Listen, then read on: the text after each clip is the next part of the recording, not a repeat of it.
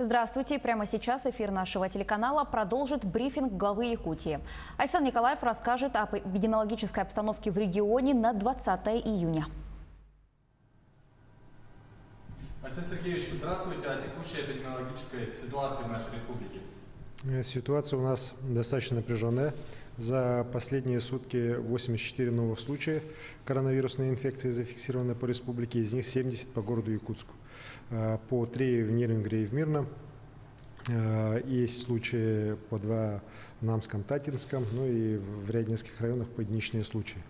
К сожалению, еще раз говорю, вот та тенденция, которая у нас четко сформировалась на прошлой неделе, за эту неделю, она сейчас очень четко видна. У нас город Якутск стабилизировался на достаточно высоком уровне заболеваемости, где-то порядка 70 случаев в день. При этом у нас болезнь достаточно широко распространилась по районам республики, и за последнюю неделю там от 25 случаев до 14 случаев коронавирусной инфекции по районам.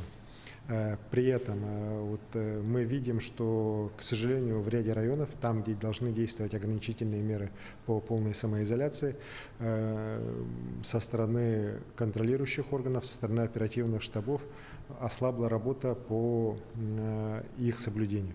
Поэтому сегодня я провел видеоконференцию со всеми главами городских округов и муниципальных районов республики, где я поставил задачу максимально все-таки работу активизировать в этом направлении. Не только по ограничительным мерам, по требованию их исполнения, так, например, по предприятиям торговли, чем в основном все у нас и занимаются так, но в первую очередь это работа с населением. Это масочный режим, его соблюдение, это соблюдение санитарного режима. Элементарно говоря, людям надо напоминать, что руки надо все-таки мыть чаще, так? Особенно в ситуации, когда такая коронавирусная эпидемия на территории нашей страны имеет место быть. Должен быть усилен контроль за прибывающими из других районов, в первую очередь из города Якутска, на сельские территории, потому что, к сожалению, случаев заражения как раз в сельских наших территориях от людей, приехавших на каникулы, в отпуска, к сожалению, много. Вот в одном только Мирено-Кангаласском районе у нас таких 11 случаев. Конечно, поэтому меры эти все будут и дальше отрабатываться по всем районам республики для того, чтобы на следующей неделе, которая у нас будет очень насыщенная, у нас 4 выходных дня, все-таки ситуация была взята под контроль. Это и ограничение проведения различных массовых мероприятий. К сожалению, и мне сообщают, и оперативный штаб имеет информацию, что во многих муниципальных образованиях, начиная от города Якутска, заканчивая уже, опять же, сельскими нашими территориями, проводятся юбилеи, проводятся различные корпоративные мероприятия, проводятся свадьбы.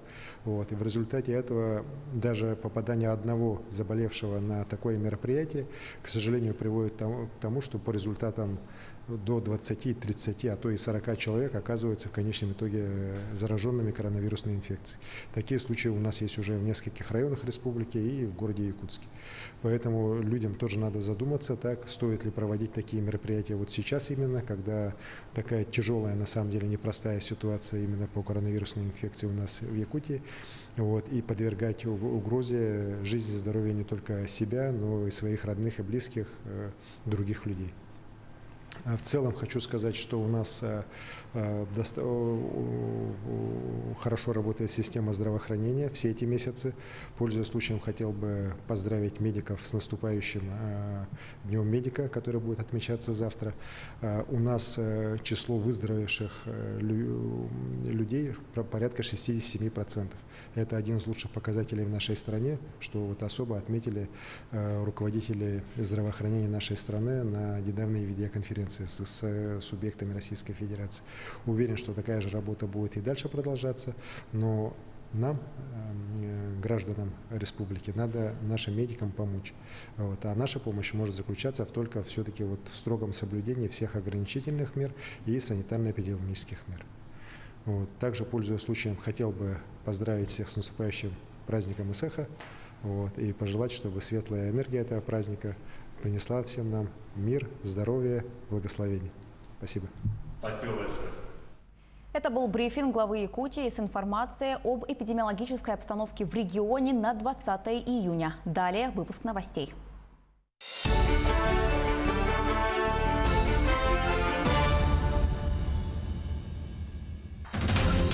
84 новых случая коронавируса в регионе, больше всего инфицированных в столице.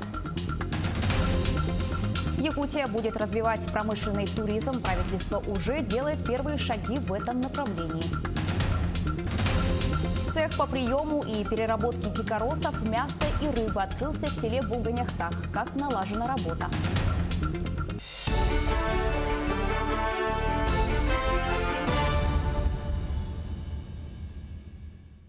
Только что завершился брифинг оперативного штаба Якутии по противодействию коронавирусу, где глава республики озвучил оперативные данные. Итак, за минувшие сутки в регионе выявлено 84 случая. В Якутске по-прежнему больше всего заболевших – 70 человек. Непростой остается ситуация и в районах республики. За весь период распространения коронавируса в Якутии зарегистрировано 3570 случаев. Более подробную информацию о распространении COVID-19 в регионе смотрите в следующих выпусках. Герои следующего сюжета – врачи, которые делают все для победы над COVID-19. 24 часа в сутки бесперебойной работы, и это не преувеличение.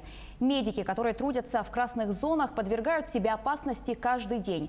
А еще им на несколько месяцев пришлось забыть про своих родных. О героях нашего времени Дмитрий Тымыров.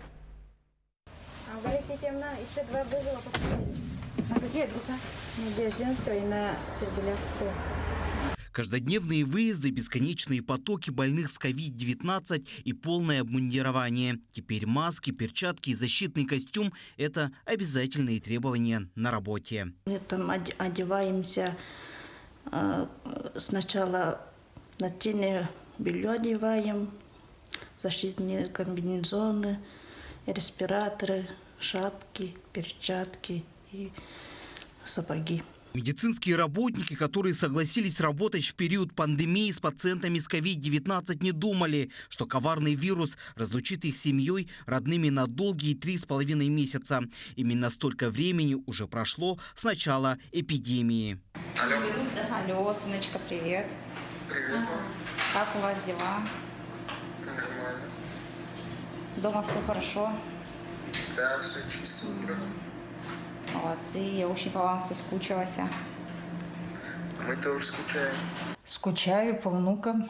Внуков у меня много, 20 внуков. Очень по ним скучаю. В гостинице вот мы живем. Кормят хорошо, все хорошо. Просто скучаем, конечно, по дому. Связь с родными только по телефону. Никаких встреч и передачек. Рабочее место теперь для них стало действительно вторым домом. Работают здесь 24 часа в сутки. Проводятся консультации специалистов Минздрава, главного инфекциониста Минздрава, главного пульмонолога. Проводим консилиумы с участием главных специалистов, заместителя главного врача, главного эпидемиолога. Также проводим телемедицинские консультации. У многих, кто сегодня задействован в работе с пациентами COVID-19, дома остались дети. Каждый из них, завершая рабочий день, стараются с ними выйти на связь, поговорить и подарить частичку себя через это общение. О чем мечтаете, когда закончится период карантина? Период карантина, маму, папу и ребенка увидеть. Я скучаю очень, чтобы это закончилась, эта болезнь. Очень хочу видеться с дочкой, инвалидкой, там дома остались. Очень скучаем по дому, по родным, конечно. Конечно, тяжело здесь работать. А пока ангелы в белых халатах борются с пандемией, руководство регионального министерства здравоохранения запустило акцию «Спасибо вашим родителям». И детям, чьи родители сейчас борются за жизнь больных с COVID-19, отправляют благодарственные письма и значки. Ребята, Вам министр здравоохранения Республики Саха-Якутия Елена Фаримовна Борисова отправила письмо. Разрешите зачитать. Дорогие Владислав, Станислав, Айталина, вам пишет министр здравоохранения Республики Саха-Якутия. Мы работаем вместе с вашей мамой. Ваша мама – моя коллега. И это значит, что она всегда очень много работает. Но сейчас, когда, как вы знаете, большое количество людей болеет новым коронавирусом, она работает еще больше. Я хочу сказать вам в этом письме, что мы очень гордимся. Я счастлива, что мы работаем вместе с вашей мамой. Она настоящий супергерой. И с этим знаменательным праздником, День медицинского работника, вас сегодня поздравляют ваши родные и близкие. Здоровье вы спасаете и даже жизнь порой. Ведь каждый медработник практически герой. День медика сегодня. Спешим поздравить вас и пожелать, чтоб в сердце огонь ваш не угас. Хоть дни бывают трудными, вам это не впервой. Желаем вдохновения в работе непростой. Мы поздравляем с Днем медиков. Чтоб коронавирус должен быть побежден. Мамочка, поздравляем тебя с Днем медицинского работника. Мы тебя очень сильно любим. Пожалуйста, возвращайся скорее домой. Мы ведь так скучаем. Дмитрий Тымыров, Сергей Михедов, Ильяс Рамятников, Владимир Павлов, Якутск. 7 районов Якутии полностью готовы к проведению безопасного голосования по поправкам в Конституцию. Полностью укомплектованные средствами защиты Абыйский, Анабарский, Вулунский, Верхнеколымский, Верхоянский, Момский, Нижнеколымский районы. Остальные будут полностью обеспечены всем необходимым до 25 июня. Напомню, что общероссийское голосование по поправкам в Конституцию пройдет 1 июля. В Якутии будут работать около 800 участков, которые оснастят средствами защиты в целях недопущения распространения коронавирусной инфекции. Досрочное голосование по поправкам в Конституцию России прошло в труднодоступных населенных пунктах Кобяйского района. Члены комиссии избирательного участка облетели 3 оленеводческих стада номер 12, 19 и 5 общины Сибян. Также проголосовали работники участков недропользователей Чальчулбан 1 и 2, а также Чора. Всего в первый день проголосовали 79 человек. Я проголосовал «за». Потому что я считаю, что изменения, которые предлагает нам наше правительство, к худшему быть не могут, только к лучшему. Поэтому «за». Более 5 миллиардов рублей направят на строительство линии электроснабжения на Нежданинском месторождении в Якутии. Проект проинвестирует в Фонд развития Дальнего Востока и Арктики. Протяженность линии составит 254 километра. Это позволит реализовать проект освоения Нежданинского месторождения с общим объемом инвестиций 41 миллиард рублей. Расширить зону централизованного электроснабжения, повысить его надежность и качество. Отмечу, что Нежданинское месторождение золота в Якутии является 4-м по объемам запаса золота в стране. Якутия будет развивать промышленный туризм. Об этом сказал глава республики Айсен Николаев в прямом эфире в социальных сетях. Такой вид туризма подразумевает не только посещение промышленных предприятий, но и кузнецов, народных мастеров и ювелиров. По словам главы региона, у республики в этом плане большой потенциал. Сейчас правительство работает над созданием такого туризма с рядом организаций, в частности с агентством стратегических инициатив. Собери лук, сдай его и получи за это деньги. Цех по приему и переработке дикоросов, мяса и рыбы открылся в селе Булганихтах Хангаласского района. Возможность дополнительного заработка предоставил местным жителям сельхозкооператив «Хангалас АС». А что получает с этого само предприятие, узнавала Виолетта Засимова. Это второй по счету цех по приему и переработке дикоросов, мяса и рыбы, открытый сельхозкооперативом «Хангалас АС» на территории Улуса. Первый цех функционирует в отдаленном селе Иедяй. Открытие цеха в селе Булганихтах стало возможным благодаря сотрудничеству сельхозкооператива с местной администрацией. Благодаря администрации первого Маджигарского наслега в лице главы администрации Уварова Дениса Александровича, они в этом году нам предоставили помещение для цеха дикорастущих растений, мяса и рыбы. Данный цех, данное помещение мы отремонтировали, установили оборудование и создали рабочие места.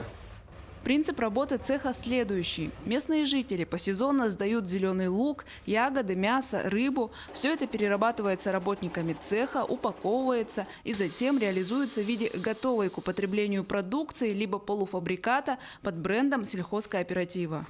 Цех будет функционировать круглогодично. Летом это заготовка дикорастущих растений. В зимний период мы должны заготавливать мясо, производить мясные полуфабрикаты и рыбные полуфабрикаты. Сейчас сезон заготовки зеленого полевого лука. На данный момент уже заготовлено более 1 тонны. И в дальнейшем мы будем заготавливать уже ягоды.